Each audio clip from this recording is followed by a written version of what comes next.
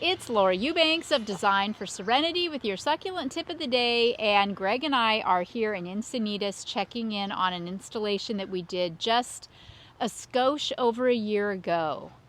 And it has grown. For the most part, everything looks really good. This giant yucca, of course, was already here, but it looks like we've got a big branch right here that has fallen into our Dazzlerian longissimum, so I can cut that branch off. There's, a few weeds, nothing serious. This little aloe, it's not really it's a striata hybrid, is extremely sad, and that's going to come out. Not loving the orbiculata, long fingers by the Aeonium sunburst. I'm going to move those somewhere else. And that Crassula ovata back there, a golem jade, isn't looking the greatest. The city just came by and cleaned the palm trees. So, there's they did a pretty good job of cleaning up, but there is a bit of detritus that they left behind. So we will definitely be doing some serious, meticulous grooming, my favorite thing in the world. The little Mediopicta alba has thrown off a pup right here by the rock. And you can see where the guys kind of messed up my ribbon. I can fix that. This striata has got lots of mealy. See the white icky stuff in there?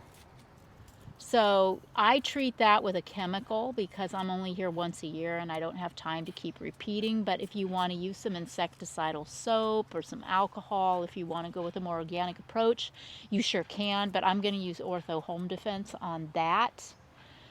Not loving the Crassula arborescence underneath the Aeonium's Wortkoff either. It just looks messy. And then there's some palm tree suckers that are growing in there too.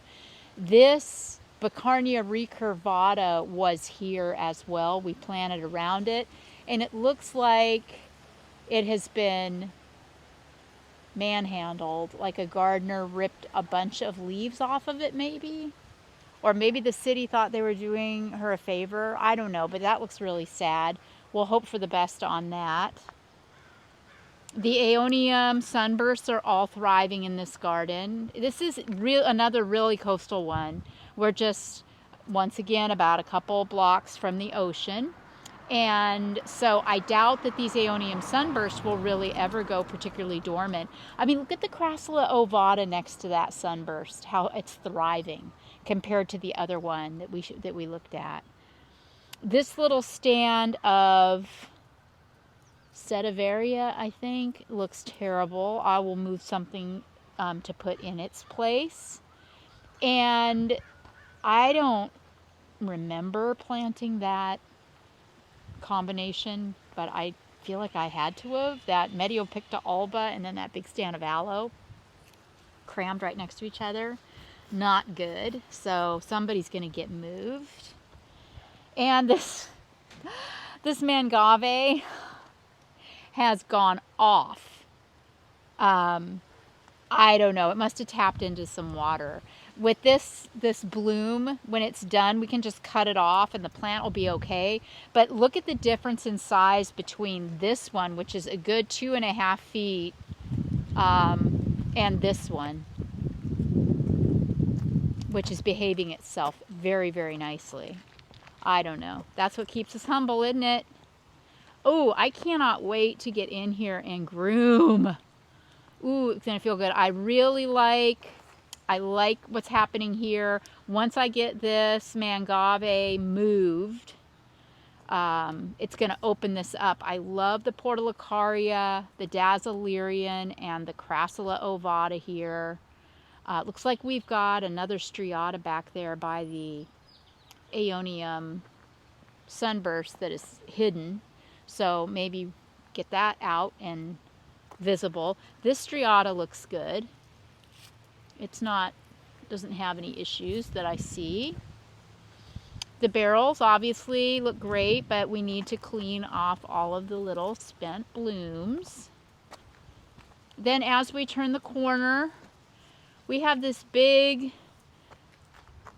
agave. This is not an attenuata or a blue flame, and it's starting to scare me a little bit. It needs to be, I hate to even say this out loud, but it's not going to get smaller. I'm thinking that since we're only here once a year, we should probably sawzall it and set it back a couple of feet in the landscape. Here's another striata that is very, very full. It almost looks like ash. Just tons of mealybug. Ugh, that's so disgusting. I'll take care of that. And then here's another setivaria, like the stand out front, but thriving. So go figure. I don't know what to tell you. And here's another beautiful mangave that's throwing off a bloom. And over here, these Aeonium merlots, it looks like something fell on it and cracked it, so I can straighten that right up. And it looks like we've had some gophers visiting the garden. So we'll reset the ribbon rock and bring in some Cali Gold to fluff this area up. And then this stand of Nobilis looks good. Portulacaria looks good.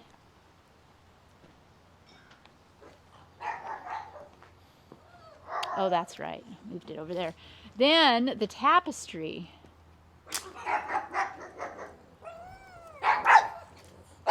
Wow. You want to just get in on that, Greg?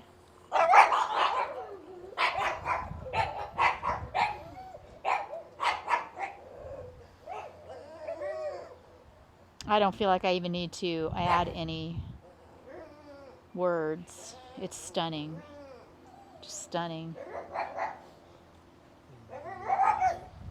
Yep, here's another blooming mangave. See the aphids on the bloom? Not at all uncommon. That needs to be sprayed.